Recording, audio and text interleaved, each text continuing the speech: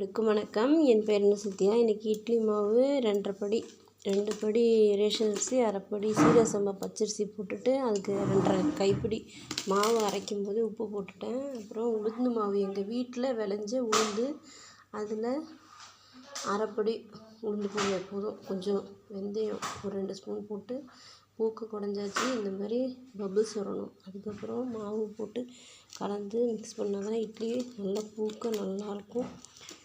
இட்லி மாவு அரைக்கும் போது கொஞ்சம் குறப்பாக அரைச்சா தான் இட்லி டேஸ்ட்டாக இருக்கும். தோசைக்கு நல்லா நைஸாக அரைக்கலாம்.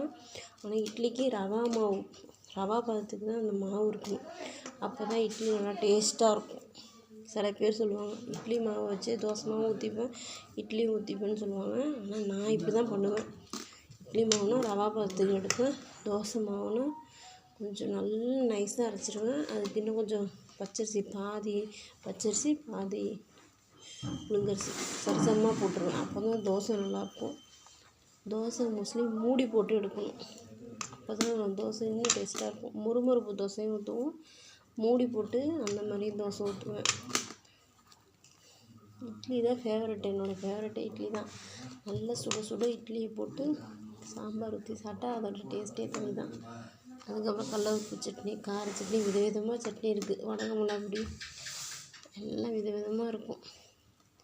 இட்லி இல்லாமல் ஒன்றும் பண்ண முடியாது. எப்போ பார்த்தாலும் இட்லியான்னு கேட்பாங்க. ஆனால் ஒரு நாள் இட்லி போடலைன்னா அன்றைக்கி சாப்பிட்ட மாதிரியே இருக்காது. நீங்களும் இந்த மாதிரி இட்லி மாவு அரைச்சி பாருங்கள், ரொம்ப நல்லாயிருக்கும். நன்றி, வணக்கம்.